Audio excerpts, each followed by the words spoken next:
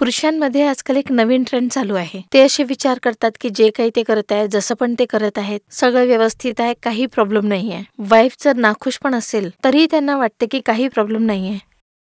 आणि काही लोकांना तर लाज वाटते प्रॉब्लेमला प्रॉब्लेम म्हणायला. अरे समजणार नाही, मानणार नाही तर समाधान कसे मिळेल? रोजची बोरियत आणि भांडणांचे तसेही एकच एन्जॉयबल सोल्युशन आहे.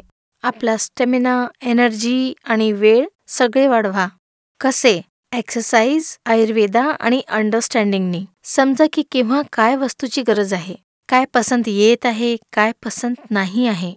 याशिवाय तुमच्या बॉडीची काय नीड्स आहेत. तुम्ही स्ट्रेस्ड आहात, एनर्जी लेवल खूप जास्त लो आहे किंवा तुमचं मन नाही आहे. सगळ्यांसाठी आयुर्वेदमध्ये जडीबुटी दिलेली आहे, जसे की अश्वगंधा, शतावरी, शिलाजीत. त्याशिवाय इम्पोर्टेड हर्ब्स जसे की गोटवीड यालाही ऍड करा आणि आफ्रिकाहून आलेली मुलेंडो यांना मिळवून एक पॉवरफुल कॉम्बिनेशन बनतं, जसे लिव्ह मुस्टँग आयुर्वेदिक औषध. आता या सगळ्यांच्या मिश्रणाने ईडी, पीई, इच्छेची कमी, एनर्जीची कमी या सगळ्या प्रॉब्लेम्स कमी होऊ शकतात. इंग्रजी औषधांच्या नुकसानाने वाचा आणि जसे की मी नेहमी म्हणते की आपल्या हरवलेल्या कॉन्फिडन्सला पुन्हा प्राप्त करून जी मजा आहे ती जरूर एक्सपिरियन्स करा. पुरुषांमध्ये आजकाल एक नवीन ट्रेंड चालू आहे. ते असे विचार करतात की जे काही ते करत आहेत, जसं पण ते करत आहेत, सगळं व्यवस्थित आहे, काही प्रॉब्लेम नाहीये. वाईफ जर नाखुश पण असेल तरीही त्यांना वाटते की काही प्रॉब्लेम नाहीये.